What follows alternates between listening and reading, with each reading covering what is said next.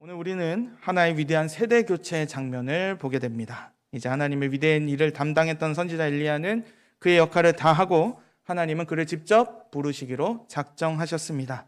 이제 엘리야는 그의 선지자 후보생들과 그의 사랑하는 제자 엘리사를 남겨놓고서 그의 마지막 역할을 마치려고 합니다.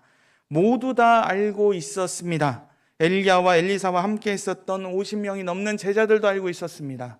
엘리야가 이제 앞으로 하나님이 데려가실 것이라는 것을 그들 모두 다 알고 있었습니다. 그런데 그 가운데 엘리야와 엘리사는 그 길을 묵묵히 같이 가고 있었습니다. 여리고로, 요단으로 모든 제자들이 다 알고 있는 그 일을 향해서 이 두 사람은 같이 그 길을 걸어갔습니다. 오늘의 이 대화는 그 와중에 단둘이 남아있는 상황에서 벌어졌던 대화였습니다. 더 이상 눈으로 이제 보지 못하는 선생님과 그 제자의 대화였습니다. 마지막으로 스승인 엘리야는 엘리사에게 무엇을 줄까 하고 물었습니다. 제자인 엘리사의 대답은 다른 것이 아니었습니다. 엘리야에게 있었던 성령님의 역사가 엘리사에게 갑절이나 있게 되기를 원했습니다. 여기서 우리는 이 선지자들의 대화를 통해서 과연 그러면 선지자를 통해서 있었던 일들이 무엇인지에 관한 이야기를 한번 살펴보도록 하겠습니다. 그래서 잠깐 말씀을 비켜서서 한번 나눠보도록 하겠습니다. 하나님은 여전히 왕으로서 이스라엘을 다스리고 계십니다.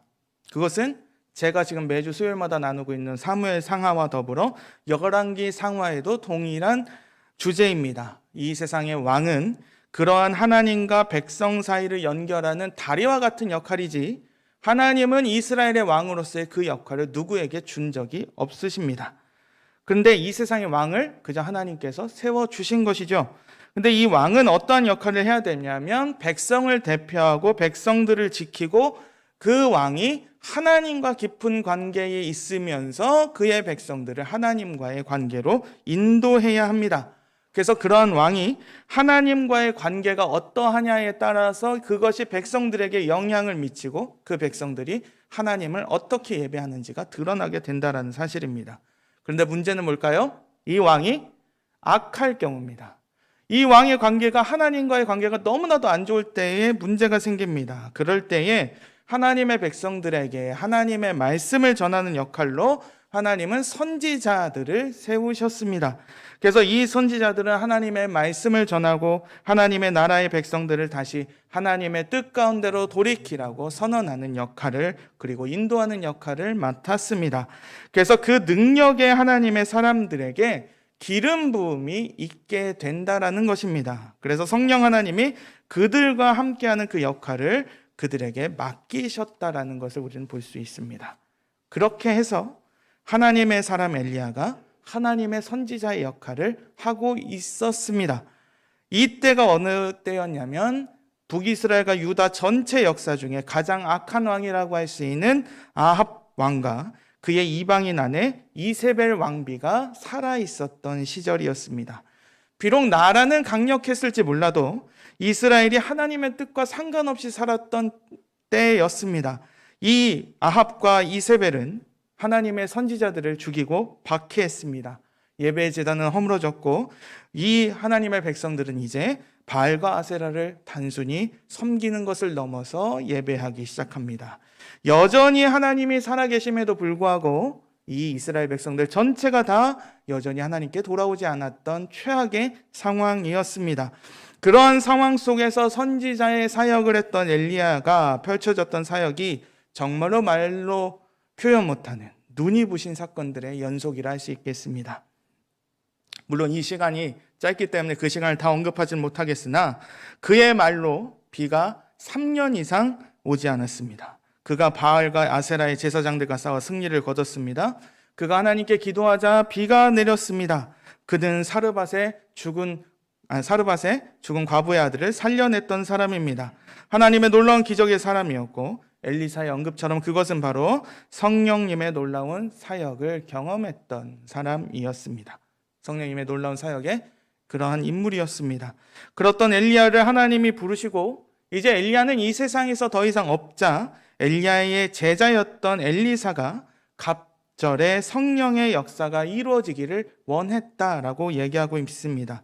여기서 갑절의 일이 후계자에게 전달되는 것을 마치 학자들은 이스라엘 율법에 기록된 장남에게 주어진 갑절의 일을 말하고 있다라고 얘기합니다. 신명기 21장 9절을 보면 미움을 받는 아내에서 태어난 아들이라 할지라도 그가 장남이라면 그의 소유에 두 몫을 주어야 한다라고 이야기하고 있습니다. 오늘 엘리사는 그러한 두목의 성령의 사역을 자신에게 주어질 것을 주장한다는 것은 뭐냐면 엘리사가 엘리야의 영적인 아들로서 그 역할을 감당할 수 있게 해달라고 말하는 것과도 비슷하다고 볼 수 있겠습니다. 그러한 제자의 요청에 엘리야는 이렇게 대답합니다. 10절입니다. 이르되 내가 어려운 일을 구하는도다. 그러나 나를 내게서 데려가시는 것을 내가 보면 그 일이 내게 이루어지려니와 그렇지 아니하면 이루어지지 아니하리라 하고, 이러한 일은 어려운 일이라는 겁니다. 왜냐하면 엘리야가 하는 일이 아니기 때문입니다. 근데 이 일, 그러니까 이제 엘리야가 하늘로 직접 부르시는 하나님의 놀라운 역사를 보았다면 반드시 이루어질 것이라고 얘기합니다. 하나님이 그렇게 하신다면 엘리야를 직접 부르시는 하나님의 놀라운 역사를 이루시는 하나님이 바로 성령 충만한 일을 엘리사에게 하실 것이라고 이야기합니다. 그런 후에 우리는 알고 있습니다. 우리는 놀라운 일을 목격합니다. 엘리야와 엘리사 사이가 불수레와 불말들이 나타나 갈랐습니다. 그리고 엘리야가 회오리 바람으로 하늘로 올라갔습니다. 하나님의 위대한 선지자는 구약시대에 딱 2번 있었던 사건입니다. 창세기의 에녹과 열왕기의 엘리야가 직접 하나님을 만나는 참으로 놀라운 일이 벌어집니다. 그리고 이후에 엘리사는 그 일을 맡아서 기적의 일을 감당하고 있습니다. 엘리사는 직접 그런 일을 보았고 기이한 일을 우리는 계속 행하고 있다는 것을 볼 수 있습니다. 엘리야의 제자였던 엘리사는 그렇게 놀라운 일을 감당하는 위대한 사역자로서 이스라엘에 남겨져 있습니다. 오늘 갑절에 성령의 사역을 요구했던 엘리사는 분명히 엘리야를 향해서 이렇게 외쳤습니다. 12절입니다. 엘리사가 보고 소리 지르되 내 아버지여 내 아버지여 이스라엘 병거와 그 마병이여 하더니 다시 보이지 아니하는지라. 이에 엘리사가 자기의 옷을 잡아 둘로 찢고, 분명 엘리야를 향해서 아버지라고 선언했습니다. 신명기 21장에 장남에게 주어진 갑절의 목처럼 그처럼 갑절의 성령의 사역이 그에게 주어졌을까요? 물론 그럴 수도 있습니다. 그러나 더 나아가서 이야기를 하자면 오늘 본문에서 이 갑절의 성령의 역사가 있다는 것은 아직도 엘리사 앞에 남겨졌던 일들이 너무나도 많았다라는 사실을 우리에게 보여주고 있습니다. 즉 하나님의 뜻하신 일을 이루시는데 아직 완성되지 않았고 그러므로 더욱더 성령님의 역사가 필요한 상황이었다라는 것을 오늘 성경은 이야기합니다. 이 이야기를 조금 더 앞서서 보면 엘리야가 하나님의 산에서 다시 새로운 소명을 받았을 때에 하나님은 엘리야를 통해서 이러한 일을 이루실 것이라고 크게 3가지를 얘기하셨습니다. 바로 다메섹에 가서 새로운 아람 왕 하사엘을 세우실 것 하나, 2번째가 예후를 들어 이스라엘의 왕이 되게 하는 것, 그리고 엘리사를 통해서 새로운 이스라엘의 선지자로 세우게 하실 것이라는 겁니다. 그 중에 엘리야가 엘리사를 찾아가 그를 선지자로 세우고 난 뒤에 하나님은 엘리야를 데려가셨습니다. 그렇다면 엘리야를 통해서 이루어질 일이 크게 몇 개가 남았을까요? 다 아시는 거죠? 그죠? 2개가 남은 겁니다. 하사엘을 세워야 되고 예후를 세워야 됩니다. 온 세계의 주이신 하나님의 백성을 다시 돌이키는 일에 하나님의 역사가 이스라엘뿐만 아니라 온 세계 역사를 통해서 이루어 나가시는데 계속 하나님의 일을 선언해야 하고 하나님의 일을 대신해야 할 선지자를 통해서 하나님은 계속 일을 행하셔야 한다는 겁니다. 아직까지도 많은 일들이 남아있다는 겁니다. 아까 이제 그 위대한 일을 행했던 엘리야의 일이 다 끝나는 것이 아니라 아직도 완성이 되려면 수많은 일들이 아직 엘리사 앞에 남아있었다는 겁니다. 그래서 엘리사는 그것을 알고 더 중차대한 일을 맡을 수 있도록 성령의 능력의 경험을 엘리사는 간구했다라는 사실입니다. 그리고 그런 엘리사의 간구에 하나님이 응답하셨습니다. 새로운 시대에 새로운 사명에 새로운 일을 맡겨진 새로운 시대의 일꾼에게 하나님은 갑절의 성령의 역사를 베푸셨다는 사실입니다. 그렇게 새로운 시대를 담당할 수 있는 성령의 역사가 엘리사에게 주어졌습니다. 온 우주와 역사의 주인이신 하나님이 그렇게 새로운 일꾼들에게 능력을 주셨고, 아직도 하나님을 찾고 의지하는 바알에게 무릎 꿇지 않았던 그 7,000명의 역사를 계속해서 이루어가고 계셨다라는 사실입니다. 근데 세상은 아직 바뀐 것 같지 않습니다. 악한 왕이었던 아합과 그 아합의 아들이었던 연약하지만 하나님을 찾지 않았던 아하시아 왕은 죽었습니다. 그런데 여전히 백성들을 바알과 아세라로 끌어당기는 이세벨 왕비는 아직 죽지 않고 여전히 권세를 누리고 있습니다. 선지자 생도들이 조금 남아 있었지만 이스라엘 전체 역사를 보면 아직도 미미한 상황입니다. 이스라엘 전체 백성들이 아직도 하나님께로 다시 돌아오지 않았던 상황입니다. 그런데 이런 상황에서 엘리야는 하나님께서 그를 승천하심으로 인도했지만 남은 사람을 이끌어야 할 엘리사에게는 중차대한 일이 아직까지도 많이 남았다는 사실입니다. 그래서 엘리사는 다른 것이 아니라 돈과 상황을 움직였던 어떤 힘과 권력을 달라고 기도한 것이 아니라 오직 엘리야를 들어 사용하신 능력의 하나님의 역사하시는 성령 하나님의 역사를 간구했다는 사실입니다. 이로부터 수많은 세월이 질러서 하나님의 아들이 직접 이 땅에 오셨습니다. 그리고 십자가에서 완전한 사랑을 이루셨습니다. 그리고 그 아들은 이제 하늘로 다시 올라가실 것입니다. 그럴 때에 주님은 그 땅에 남겨질 제자들을 위해서 아직 간구하시고 그들에게 그렇게 이런 일이 있을 거라고 알려주셨습니다. 바로 성령님의 역사였습니다. 요한복음에서 이렇게 주님이 선언하셨습니다. 당신이 떠나셔서 그의 제자들이 당할 고난의 때에 그들을 도우실 성령 하나님을 이렇게 간구하라고 그의 사역을 이렇게 선언하셨다는 사실입니다. 요한복음 16장 7절입니다. 다 같이 한번 읽어볼까요? 그러나 내가 너희에게 실상을 말하노니 내가 떠나는 것이 너희에게 유익이라. 내가 떠나가지 아니하면 보혜사가 너희에게로 오지 아니할 것이요 가면 내가 너희에게로 보내리니. 그리고 요한복음 16장 13절입니다. 그러나 진리의 성령이 오시면 그가 너희를 모든 진리 가운데로 인도하시리니 그가 스스로 말하지 않고 오직 들은 것을 말하며 장래의 일을 너희에게 알리시리라. 아멘. 예수님은 알고 있었습니다. 그리고 그를 따르는 제자들이 어떠한 고난을 당할 것인지도 알고 계셨습니다. 그래서 예수님은 하늘로 올라가신 다음에 그들을 그냥 고아처럼 버려두지 아니하시고 성령 하나님을 그들에게 보내주셔서 그들에게 맡겨질 그 사명을 감당할 것이라고 이야기합니다. 자신의 제자들에게 새로운 시대를 인도하신 능력을 주실 성령님을 소개하고 그렇게 성령님을 간구하며 나아가야 한다라고 이야기합니다. 성령님은 그렇게 하나님의 백성들에게 새로운 능력과 은혜를 주시고 그 일을 감당할 수 있는 능력을 베푸실 것입니다. 그래서 예수님은 부활하신 후에 그리고 승천하시기 전에 제자들을 만나시고 이렇게 선언하셨습니다. 이것도 다 같이 한번 읽어보겠습니다. 누가복음 24장 49절입니다.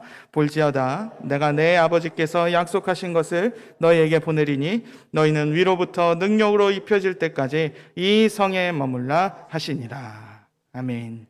주님도 그의 제자들에게 이제 그 제자들에게 맡겨야 할 일을 맡기실 때에 새로운 사명자로 이제는 도망했던 도망자가 아니라 하나님의 사도로서 그의 사명을 감당하기 위해서 성령님의 능력의 역사가 그들에게 있어야 한다라고 선언하고 계시는 겁니다.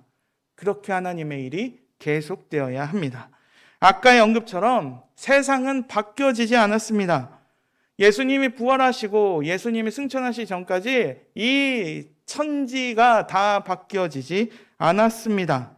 그러나 새로운 단락을 맞이했지만 여전히 세상은 주님과 주님을 따르는 백성들을 대적하고 죽음의 위협과 고통과 슬픔만 더 가득했을 뿐입니다. 그러나 성령 하나님이 그들과 함께 하셨기에 그들이 이 모든 일을 감당하며 나아갔습니다. 성령 하나님의 능력이 그들에게 임했기 때문에 그들이 이 모든 일을 가능하게 했습니다. 성령 하나님을 위해서 그 능력을 받기 위해서 이 제자들은 그렇게 때를 정해서 모여서 기도했습니다. 그 이후에 놀라운 일들이 그들에게 임했습니다. 성령 하나님이 그들과 함께 하심으로 하나님의 은혜의 역사로 그들이 변화되었습니다. 상황은 그대로지만 그러나 하나님의 역사의 증인이고 진정한 승리하는 백성으로서 그들은 힘과 능력을 얻고 나아갔다는 사실입니다. 그런 은혜의 능력의 성령님의 역사가 새로운 시대의 새로운 일꾼들에게 임했습니다. 그리고 그것을 간구하는 백성들의 기도에 하나님은 외면하지 않으셨다는 사실입니다. 우리도 마찬가지입니다. 이런 놀라운 성령 하나님의 능력의 역사로 우리는 이 자리에 와 있습니다. 하나님의 놀라운 은혜의 역사는 우리를 놀라운 기적으로 경험하게 합니다. 진심으로 우리는 때를 따라 모여서 기도했습니다. 물론 우리의 인생 가운데 위기가 없었던 것은 아닙니다.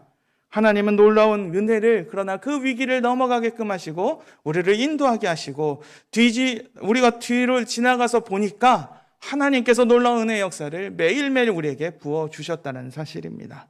하나님의 시간표대로 하나님은 놀라운 은혜의 역사를 말 그대로 기적의 일을 매일매일 우리 가운데 주셨습니다. 지난 한국교회 선교 140년의 역사를 지나서, 그리고 우리 성은교회 역사 40여 년의 역사를 통해서도 말도 안 되는 은혜의 역사의 연속이었음을 우리는 보게 됩니다. 그리고 이 자리에 모여 계신 우리 성도님들의 인생의 한 굽이 한 굽이를 통하여서도 하나님은 늘 성령 하나님께서 우리를 버리지 아니하시고 계속해서 역사하셨다는 사실입니다. 우리 지역과 우리에게 맡겨진 영혼들을 위해서 하나님은 지금도 우리 교회를 통해서, 하나님의 백성들을 통해서 하나님의 놀라운 일을 일하시고 계십니다. 우리의 인생과 우리의 교회의 그 여력들을 한번 살펴보십시오. 생각해 보십시오. 수많은 눈물과 아픔이 있었습니다. 위기의 연속이었습니다. 도저히 헤쳐나갈 수 없는 날들의 연속이었습니다. 마냥 밝은 날만 있었던 것이 아닙니다. 어떤 날은 정말로 장마처럼 눈물이 가득하고 도대체 하나님이 살아계시면 어떻게 이러실 수가 있는지, 그런 일들이 우리의 교회의 역사와 우리의 인생의 역사 가운데 가득했습니다. 그러나 확실한 것은 하나님은 살아계시고 지금도 성령 하나님의 그 임재의 역사가 우리와 우리 성도님들과 우리 교회 안에 계속하고 있다는 사실입니다. 우리가 이렇게 모일 수 있는 예배당과 우리를 살려주시는 은혜의 말씀을 언제든지 우리는 들을 수 있고, 우리가 하나님 앞에서 기도할 수 있는 능력을 주셨으며, 우리가 이렇게 나아올 수 있는 그 모든 것을 우리에게 허락하셨다는 것 자체가 성령 하나님의 역사이고 놀라운 은혜의 계속되는 주님의 은혜의 연속이라는 사실입니다. 그렇다면 우리가 경험했다라면 우리는 또 어떻게 해야 될까요? 우리에게 주어진 이 은혜는 우리만 받는 것이 아닙니다. 우리는 무엇을 간구해야 하며 우리에게 맡겨진 영혼들에게 무엇을 건네줘야 할지 고민해 봐야 합니다. 우리에게 가장 필요한 것은 우리에게 맡겨진 영혼들이 변화되어서 이 세상 속에서 아직도 바뀌어지지 않는 저 세상을 향해서 나아가는 우리 영혼들에게 있을 성령 하나님의 놀라운 은혜의 역사라는 사실입니다. 성령 하나님의 놀라운 은혜의 역사를 우리는 간구해야 합니다. 우리에게 맡겨진 영혼들이 저 세상에서 믿음으로 승리할 수 있게끔 우리를 여기까지 인도하신 하나님의 성령의 역사가 저 영혼들에게는 더 갑절의 역사가 있기를 간구하며 소망하며 끝까지 붙들고 나아가야 한다는 사실입니다. 그 일을 위해서 우리는 모든 가진 것을 내려놓고 겸손히 그리고 절절히 간구해야 합니다. 우리의 힘으로 되는 것이 아니라 바로 성령 하나님께서 하시는 놀라운 일이기 때문입니다. 하나님의 역사가 여기서 멈추지 않고 저 악한 세상을 이기고 그 안에서 하나님의 교회, 우리 교회, 성은교회가, 주님의 교회가 계속 자라도록, 성장하도록, 생명력이 있도록 우리는 매일매일 간구해야 한다는 사실입니다. 이제 한국교회가 위기라는 말은 식상할 정도의 이야기가 되어버렸습니다. 특히 다음 세대에 지금의 기독교 학교의 교목의 자리나 여러 교회 학교 교역자의 말들을 들으면 이제 일반 학교에서의 복음화율이 단자리 수요, 어떤 분은 3%도 안 될 거라고 이야기하는 세상이 왔습니다. 이전의 아이들은 체면치레라도 나는 예수님을 믿습니다라고 얘기를 하지만 이제는 그렇지도 않는 세상을 살아가고 있습니다. 제가 지난번 강습회 때 들었을 때 이야기를 하나 나누자면 이렇습니다. 어떤 아이가 학교에서 기도회 모임을 만들었다고 해요. 그런데 그 반에서 이 친구에게 어떤 친구가 그렇게 친하지 않았던 친구였는데 계속 빵과 우유를 계속 사줬다는 거예요.